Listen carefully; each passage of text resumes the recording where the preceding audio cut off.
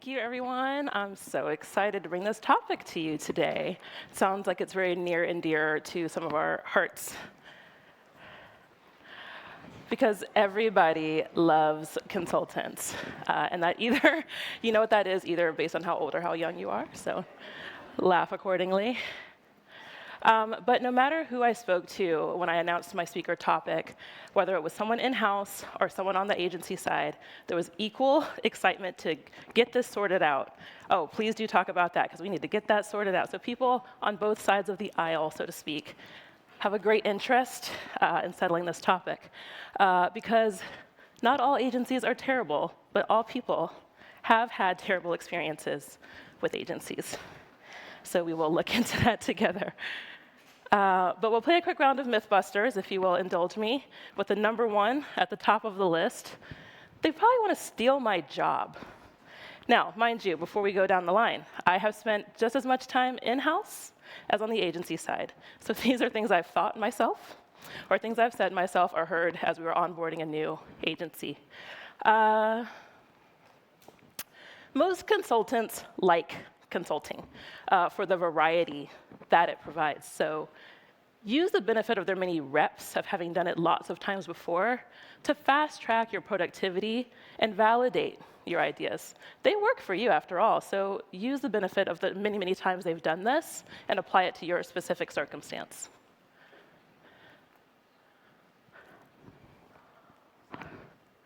What if they make me look bad in front of my boss? I think it's a fair concern. What I would say to that is we want you to look good, okay? And cultivating a great relationship with you is you in the future, I'm assuming you're not going to retire from your current job. You're going to move on. You're going to go to different companies. Your network is going to grow. If we trip you up, make you look bad, try to show you up in front of your boss, you're never going to come calling to us again. We want to have a relationship with you so that we can grow with you. Won't they just toss around a bunch of buzzwords to sound smart? Yes. However, great partners get into your groove, aligning to and respecting your language, your acronyms, your culture. Back to that variety piece, one of my favorite things about consulting is learning all y'all little acronyms and your GTMs and your AOVs and I love it. It's so interesting to me. So we want to learn your language and get in the groove. They will suggest a bunch of unnecessary stuff to drive the bill up. Oh, walk around, sorry, it's my first one. Any solution that we put forward should be able to be real and deliverable. That's what we're there for, after all, full stop. So that healthy growth will scale organically, strategically, and most important, collaboratively. All right, but we're going to set a few scenes and talk through them. I'm sure some of them might sound familiar. So we're going to start at the end. Because what we really need to do together to set the stage for that partnership is define outcomes and not just deliverables. You do not want just a pair of hired hands ticking off a list of activities that you need to chop down on your list. So let's say the goal is deliver a new checkout flow by Memorial Day. Sounds easy enough. But the problem is every decision, feature, or pixel seems to come with extra dollar signs and an extended timeline. So stop me if you've heard this before. You might say, hey, we'll need to add push notifications. Agency might say, sure, no problem, but we'll need to add another design round and another designer. You're like, wait, hold on, what happened? Well, it's out of scope. It's like, are you making a checkout flow or playing Simon Says? Every screen feels like a high-stakes negotiation. Costs are ballooning, and launch day, please. Not to mention, trust is eroding by the minute. Have you ever been in a situation like this? Yeah, some head nods.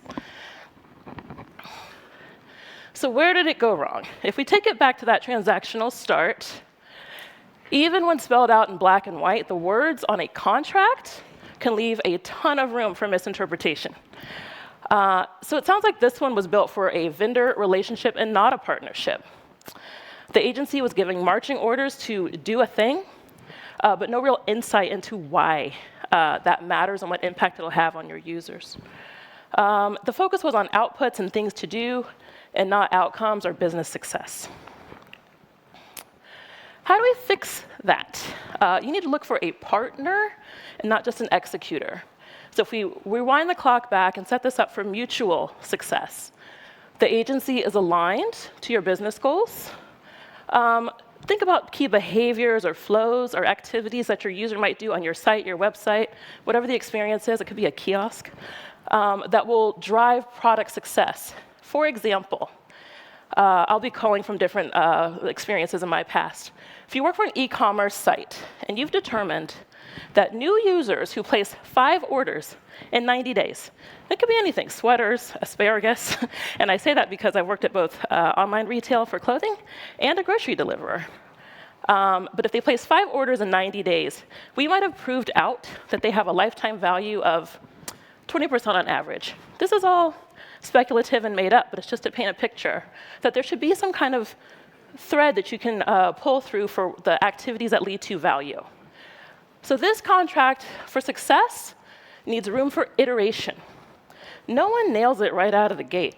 User discovery and insights will continue to evolve over time. And you need room to adjust as you learn more. That lifetime value gain is well worth building in a few nudges and prompts in your user journey if they've gone idle. Pivots happen deliberately and not through guesses or assumptions. In the face of compelling data, insights or critical user gaps, we adjust to that new information, but with intention and confidence, accounting, of course, for any necessary trade-offs that may be made to accommodate them. So that lifetime gain is totally worth it. Glitter confetti shooting out of a cannon when they stick it in their cart, might not be, but we'll discuss. Costs are predictable and not a constant surprise party. Weekly rates, monthly maximums, these are just a few of many ways to stop the nickel and diming. Not to mention that value and currency don't always have to translate to cash. What are different co-marketing activities you might be able to do that could also lend value to both sides of the aisle? Case studies, podcasts, logo usage, etc. Get really creative with that. Scene 2 is ready, fire, aim. So often we take off down the road, recalibrate, and have to change course and start over again. So to set this scene, we're still at the same agency and in-house experience. Things seem better until they aren't. So the agency is now embedded, we're working as a partner, but suddenly there's internal drag and friction. So what can we do to get ahead of that? Maybe your copywriting team is slammed and has no capacity to put towards your effort. The engineering team is forcing tech stack changes mid-project. And maybe you did secure budget for that extra designer, but the very necessary system access that they need is stuck in a procurement swirl. She died of procurement will be on my tombstone. So now the agency's hands are tied. They're blocked by bureaucratic bottlenecks. Work slows down as velocity is all but ground to a halt. And once again, you are not getting value, and the frustration is building. Where did it go wrong? So no one planned for execution realities. Now, when I was in-house, this happened all the time. My special marketing project meant nothing much, let's just say, to technology team, to the design team, et cetera. So the most solid, airtight plan can still fall apart if no one maps out how it will actually come to life. So the team greenlit a plan without resourcing the work.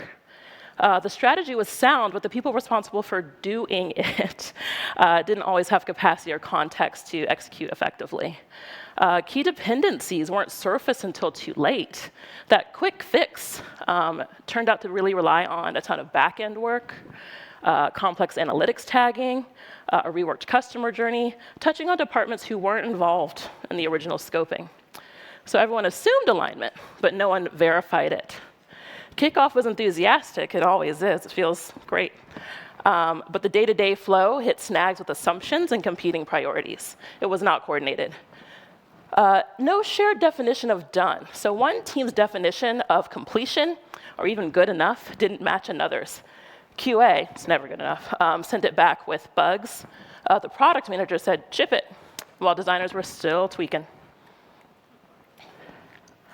If we rewind and set that up for success, we need to really take the time to map the total ecosystem that you find yourself in.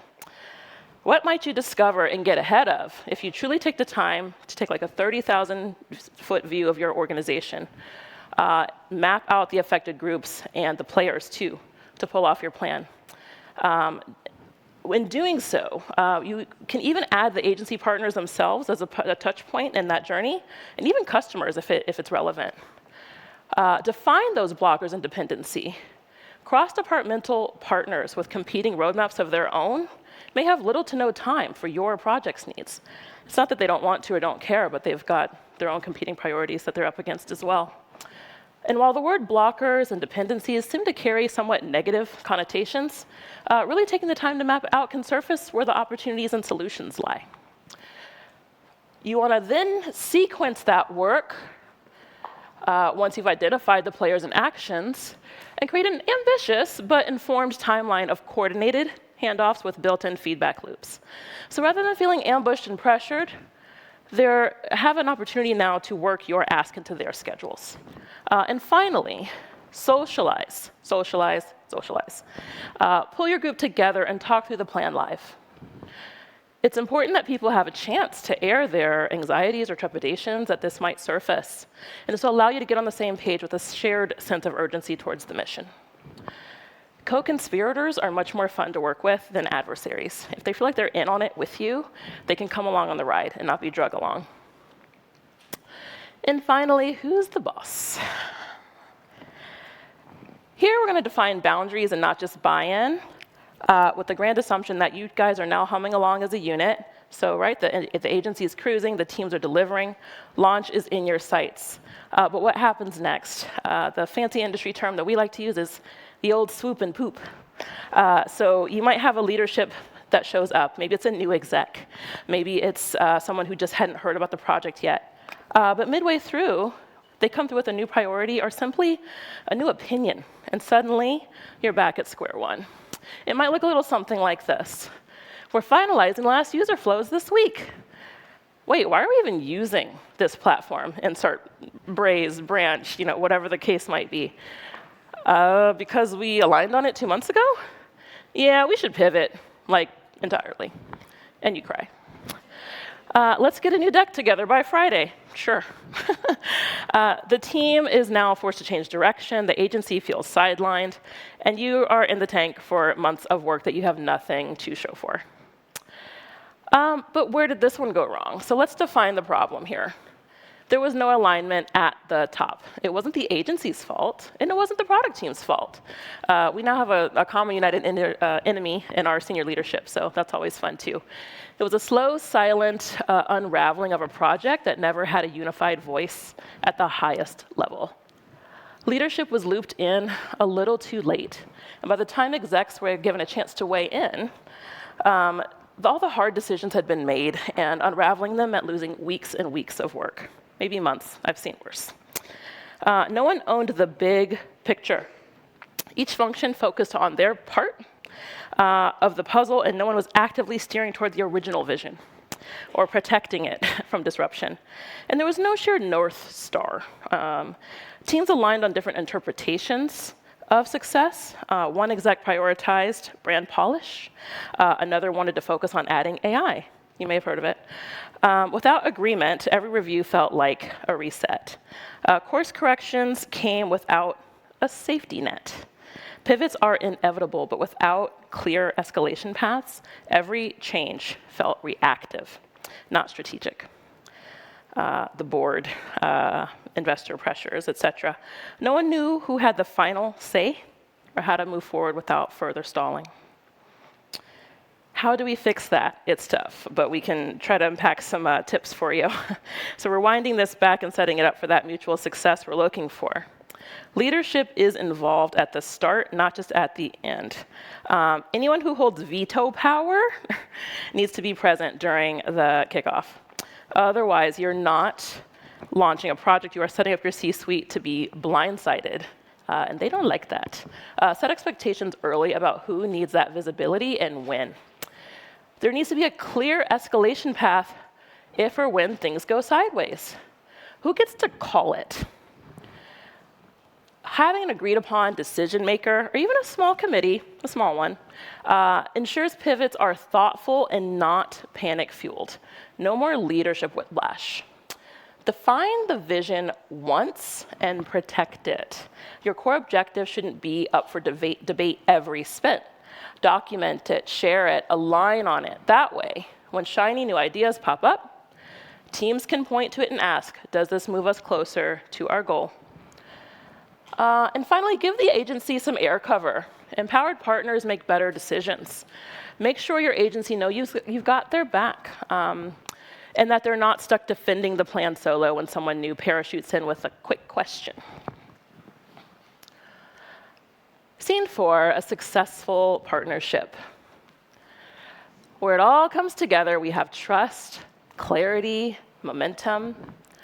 And now the agency isn't just hitting their deadlines, they're helping you drive your business forward. Decisions are made efficiently with clear owners. Adjustments happen without bureaucracy. Costs are predictable and transparent and tied to business value. And the company and customers feel real impact. So the key takeaways for how to build a true partnership. Define your outcomes, not just tasks and deliverables. They have to be tied to a goal, not just activity. Plan for execution realities.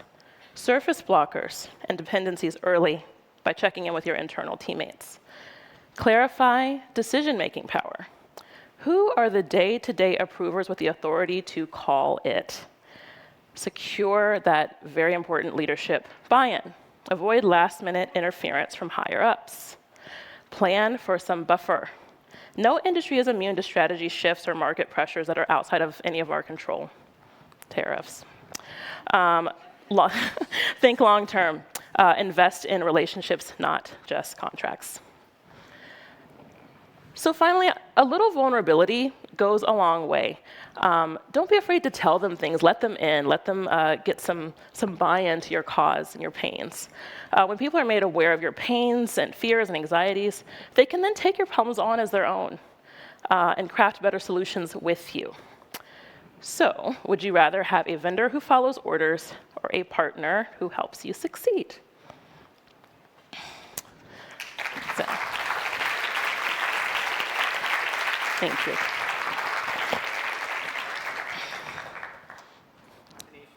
Yes. Wonderful job there. Thank you. We've got time on the clock, so that means that you're stuck with me for a little bit. So let's just, we can do this together. Yeah. You feeling it? I don't know. No. Okay, We have to stop. Like I have no rhythm. Yeah. So let's go ahead and dive into the Q&A here. Before we even get to these, I just want to compliment you in that the relationship between agents and agencies and vendors, the nature of partnership it's something I'm really happy to hear about. I'm sure many in the audience can agree. Yeah. What kind of led you to put the presentation together? What was the inspiration to come up here on stage and kind of share your perspective? Going from in-house to agency, I just there was always this kind of subtle or implied eye roll, oh, consultants. And it was God, I'm not a lawyer, for God's sakes, Just kidding. But it just hadn't had this connotation and, dare I say, reputation that I wanted to kind of stand up against. I think there's ethical agencies. I think there's stand-up and do-right agencies. There are bad ones. And so it largely depends on kind of who you're dealing with. So selection really matters as well. But I wanted to just model what a healthy consultant relationship could look like. Yeah, there was definitely some gold in those slides for sure. Good. So as far as some of the nature of the questions that we have here, there should be very few surprises for you given the content. first question kind of deals with the billing model. Yeah. Right? And what do you think works best in terms of like retained services, time and material, project-based? Like, we'd love to hear your perspective on what works best for what contexts. The length and complexity can play a big part in how you might arrive at your final answer. But I think if controlling cost might be your driving motivation, and I get it. I mean, it is for lots of people. Fixed fee models sometimes provide some kind of sanity and safety. For at least you know that there's not going to be, again, a surprise when you open that invoice. There could be monthly maxes, weekly rates, and that way it just kind of normalizes what the pace of that billing might start to look like. You could do a weekly rate, but still get a monthly invoice, just to be clear. Versus like maybe a T&M model, as you mentioned. If you have a better idea of exactly what you're doing and you just want kind of hired hands, maybe the T&M model makes sense because you just want to run that at a rate that you can kind of match the ebb and flow as you see fit, versus maybe something where you want to do a little more exploration. The kind of caps or maxes might add some security. Absolutely. Particularly to your finance department. So it kind of sounds like it depends on the type of outcomes somebody might want and or the nature of the relationship that's best for the client. Yeah, you know, if you're doing a more exploratory exercise, it might make sense to kind of cap that at, 6 weeks for whatever, umpteen thousands of dollars, you might be talking about, for example. Maybe that's time boxed and attached to a fixed amount of some sort. So there are other ways to explore that. Kind of hybrids, right? So you teed up some really great scenarios that I definitely related to. There's kind of a question that's masquerading as an additional scenario. Okay. So Swoop-and-Poop comes in, right? Like a stakeholder doesn't like what they've seen, even if they've been smiling and nodding the whole time. I'm sure that's never happened to anybody in this room. Not once. Or Actually online, made the whole thing up. right? No, I mean, it feels like fan fiction in a way. Yeah. But when something like that happens, do you have any advisement on, from a consulting position, how to go back and renegotiate like a goalpost or maybe submit a CR on the end of something like that? Yes. So there's a couple of ways to handle that. There could, in fact, be a change request. But one thing I like to do is just really capture every hope, dream, and wish I've heard along the way on the project and put it on the roadmap. The roadmap is a balm and gives people a lot of safety and like, oh, she is listening. She heard me. It's right there next quarter. Oh, okay. Sometimes that is a really effective tool to let them know that they've been heard, they've been considered, and they've been kind of allocated for. And we can then have a conversation about whether it lives here or here on that roadmap, but at least they know it exists. And that usually helps to allay a lot of anxieties. If in fact they want to insert that, then yes, that is a discussion that might necessitate a change order. Gotcha. Perhaps, yeah, or we trade it. I love to trade.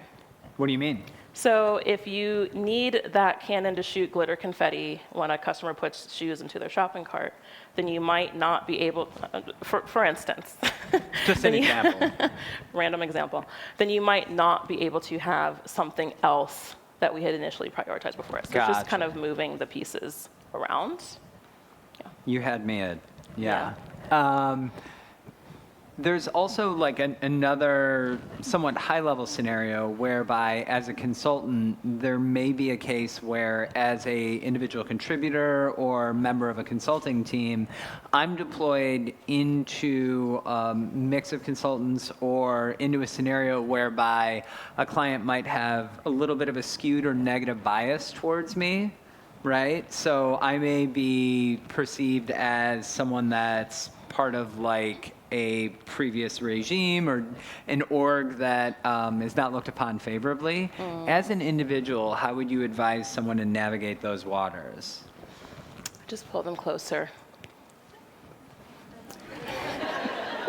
I like to just give them a lot of attention, maybe get a one-on-one booked with them, try to figure out maybe where that's coming from, respect their expertise. And I think the one major thing people worry about is that the consultant is going to take over.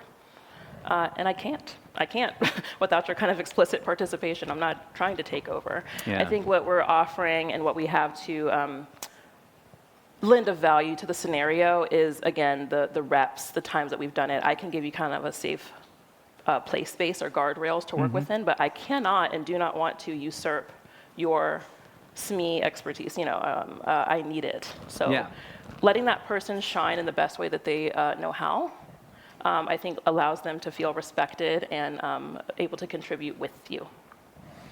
So come at it head on, set up the one-on-one, listen, and try to figure it out. Time and attention, and let them shine for the expertise that they hold.